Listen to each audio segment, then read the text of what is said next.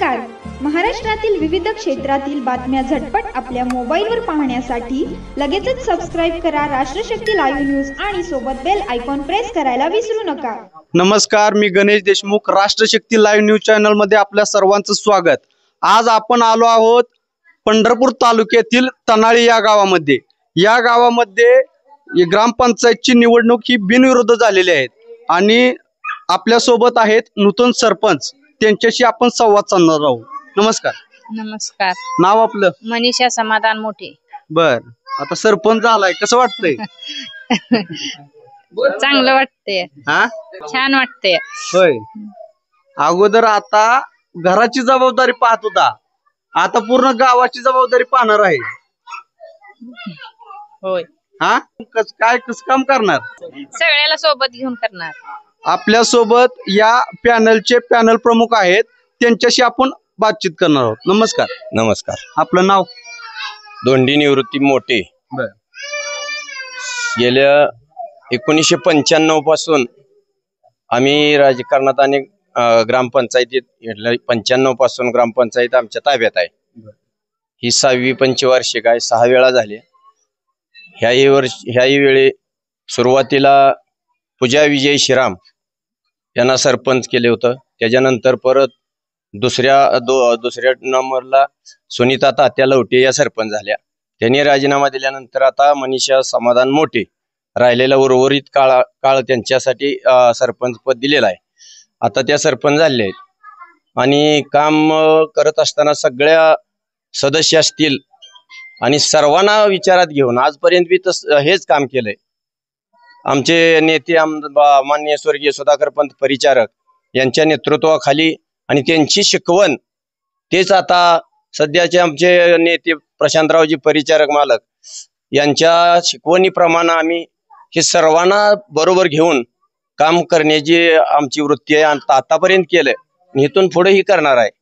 कारण ही सगळ्याला ज्ञात आहे की कुणालाही भेदभाव न करता किंवा कुणाचं काम अडवणूक न करता सगळ्या ज्या पार्टी राजकारण परत नसतं. ज्या दिवशी निवड झाली की त्यानंतर पुन्हा राजकारणाचा विषय नाही. मग ती विरोध पार्टी जाय काही बघितलं जात नाही. सगळ्याचं काम आम्ही त्याच मापानं करतो. त्यामुळे कुठलंही राजकारण आम्ही त्यात आणत नाही. इथून पुढे या सरपंच पदी आता विराजमान झालेत. यांचाही काळ 7-8 महिन्याचा आहे. ह्यानेही या ठिकाणी असणार चांगल्या पद्धतीचं काम इथून करावं.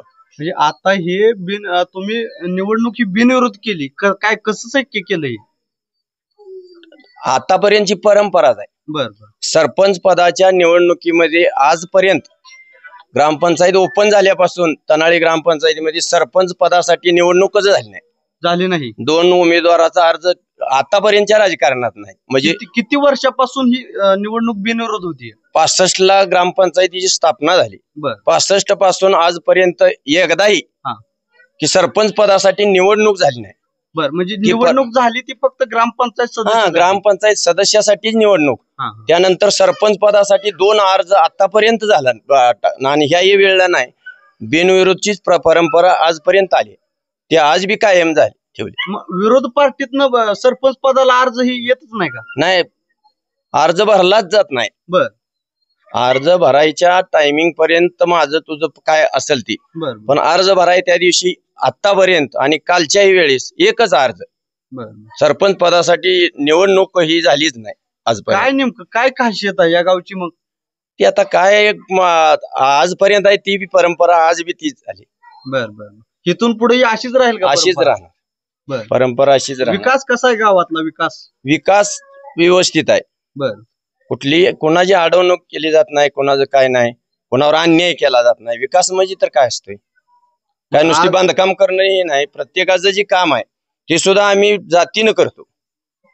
आज सरपंच पदाची निवडणूक ही बिनविरोध झाली आणि सलगर परिवाराने तुमच्या सर्व पार्टीचा सत्कार ठेवलाय. काय सांगाल याबद्दल? आतापर्यंत झालेल्या 30 वर्षाच्या राजकारणामध्ये ते आमच्या पाठीशी कायमच आहे. कधी काय न मागता हे सरगर कुटुंब जे आहे यांच्या वडिलापासून की कुठलं राजकारण असो, निवडणूक असो की अजून दुसरं कुठलंही काम असलं तर हे सगळं कुटुंब आमच्या जवळ येऊन बसतं. कुठलीही शर्त नाही, कुठली मागणी नाही. काही नसतं त्यांचं, न मागता आमच्या सोबत आजपर्यंत आहेत. आता आम्ही इथं बघत होतो तुम्ही ह्या सर्वांना फेटे बांधत होता, मग कसं काय पॅनल प्रमुख स्वतः फेटे बांधतायत? फेटेच बांधत नाही मी, सतरंजी सुद्धा मीच हातरतो. बर. सतरंजी सुद्धा मीच हातरतो. कोणताही रुबाब नाही, काय नाही. कधी खुर्चीवरच बसत नाही मी. हा हा 5 महिने 5 वर्ष पंचायत समिती सदस्य तरी सुद्धा खुर्चीवर बसणार. हा हा. सतरंजी सुद्धा मीच हातरतो आजपर्यंत गावात. आताच्या राजकारणात ग्रामपंचायत सदस्य जरी झाला तर तो म्हणजे हे करतो, पण तुम्ही कसं काय करताय? काय रुबाब ती कसं असतं माहिती आहे का, त्यांना काय जणाला ती एक हाऊस असते. त्या हाऊस करण्यात काय अर्थ नसतं. काम करा, आपण काम करताना सर्वसामान्यात मिळून काम केलं पाहिजे. डामडौल ही करायची करण्यात काय नसते. त्यामुळेच हे बिनविरोध होतं, हे शक्य होतं का? त्यामुळे त्या स्वभावामुळे होय. तळागाळापर्यंत प्रत्येकापर्यंत आपली बसायची आपल्याजवळ ताकद पाहिजे. नुसतं डामडौल करण्यात काय अर्थ नसतं आणि कधीच आम्ही करत नाही. आणि आमचं कधी त्या डिजिटल आणि ती बातम्या आणि ती हावभाव असलं आमच्या गावातलं नसतं. इथंच काय होईल ती, गावातच काय होईल ती, परत नाही. असा पूर्ण धनगर समाजाचं गाव असल्यामुळं काय असेल ते इथंच भांडणार एकमेकाला, पण इथून पुढे जाणार नाही. असे आमच्या गावाचं वैशिष्ट्य आहे. ते आजपर्यंत स्थापनेपासून बिनविरोध सरपंच पदाची निवडणूकच झाली नाही कधीच. बिनविरोधच सरपंच पदाची निवडणूक आजपर्यंत झाली. आपण आज तनाळी गावामध्ये आहे.